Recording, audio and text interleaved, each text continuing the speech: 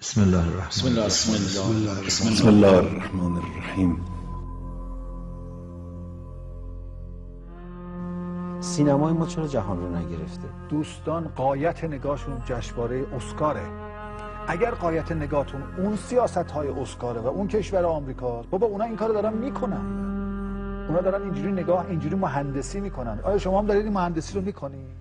اسکار به همان دلیلی به فیلم آرگو تعلق گرفت که به فیلم جدایی نادر از سیمین تعلق گرفته بود. چرا نمیخوایم این رو بپذیریم؟ جشنواره فجر ما فجر انقلاب هست یا نیست؟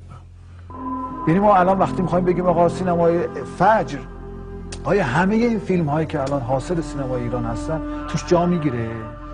به این دلیل که اصلا نگاه اصولگرایانه اسکار از منظر خودش این بود که در هر دو فیلم بگوید ایران جهنمی است برای ماندن، لطفاً از این جهنم بگریزید. آیا پیام هر دو فیلم این نیست؟ انقدر فهم این معنا دشوار است که ما بیایم بگیم دو اسکار رو به سالهای خوب و بد تقسیم کنیم، بعد بگیم اون سال که به ما تعلق گرفت خوب بود، اون سال که تعلق اونها الان ما رو نیاز دارن. اگر سینمای ما توی غرب حضور جدی داشت، هیچ وقت داعش نمیتونست اینقدر از جوانهای جویای معنویت رو به خودش جذب کنه. عمار برای چی درست میشه؟ چرا احساس میکنه تو فجر جایی نداره؟ چرا احساس میکنه سینما از واقعیت‌های جامعه ما، نه از حقیقت‌هایی که جامعه ما دنبالش هست، از واقعیت‌های جامعه ما خیلی عقبه.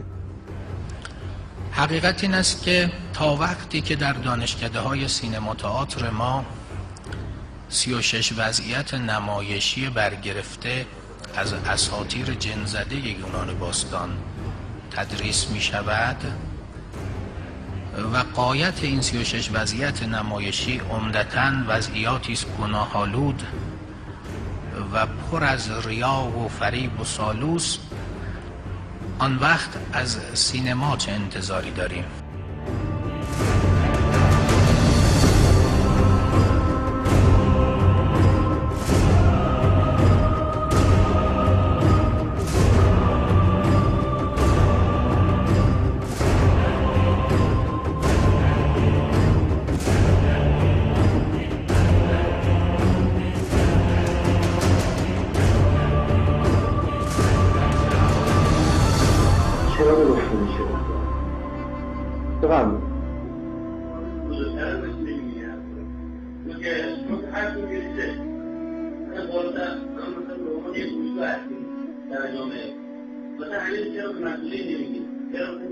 میفهمد چرا نمیگی بگید؟ شما فکر میکنید من عقلم نمیرسه اینو باید مسئولین بگم؟ چند سال گفته باشم خوبه؟ به کیا گفته باشم خوبه؟ چرا نمیشه؟ شما فکر چرا آقا میفهمد من تو اصل فرهنگی نگرانه؟ برای که با یه حرف دادن درست نمیشه. نیاز به یه قیام جمعی داره. ببینید اینا من دارم به شما میگم، یه روزی جهه بود، جنگ بود، بنده سنم از شما کمتر بود، میرفتیم تو جوان ها میشیم صحبت میکردیم، فردا نصف جمعیت دارمشان میکنم جنگ. وقتی از جنگ گفتیم صدام اگه بیاد میدونید چی میشه؟ میدونید چقدر وابسته به حضور نیروه؟ میدونید چقدر کم داریم؟ برمشان میرفتم اما همونه، این همون. بنده یک ذره در روحی خودم تفاوت نمیبینم. دعوتی که دارم از شما میکنم خطرش بسیار بیشتر از دعوتی که برای اون جنگ میکنم. اون جنگه یعنی خطرش خیلی کمتر از اون جنگه. این نبرد نرمه تو اصل سینماش خالیه. ما مملکت رو باید سر مدیران فرهنگی خراب بکنیم و ازشون مطالبه داشته باشیم. مطالبه های دقیق و درست.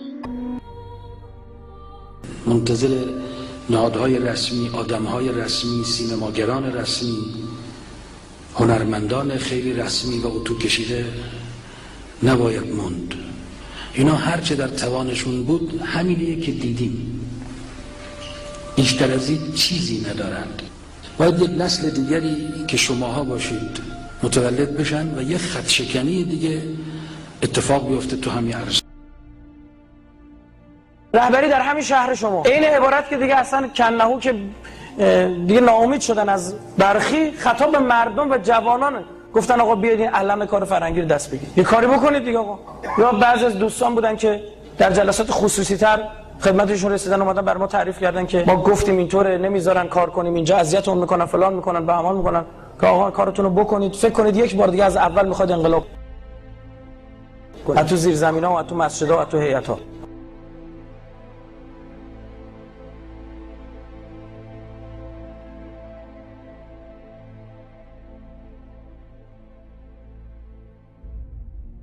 اما اونچه که نقطه مهمتر عرض من هست خطاب به جوانهایی است که در سرتاسر کشور فعالیت‌های فرهنگی را به صورت خودجوش شروع کردند که به حمدالله خیلی هم وسیع شده است.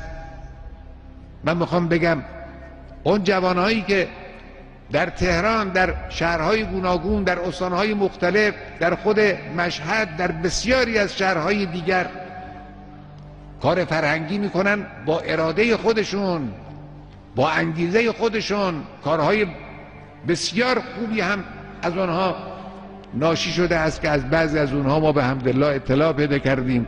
اینها کار رو هر چه میتوانن به طور جدی دنبال کنن و ادامه بدن.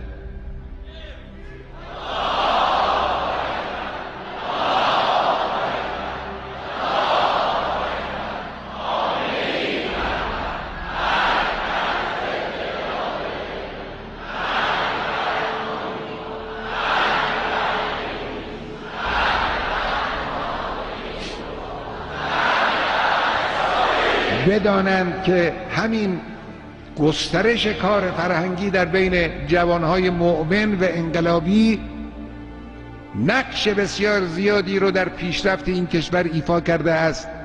در ایستادگی ما در مقابل دشمنان این ملت نقش ایفا کرده است.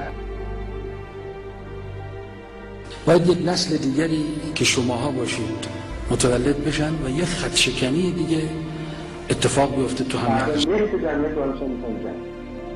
نبرد مردم باید سینماش خواهیه. فکر کنید یک بار دیگه از اول میخواد انقلاب از تو زیرزمینا و از تو مسجدها و از تو هیئت‌ها. نیاز به قیام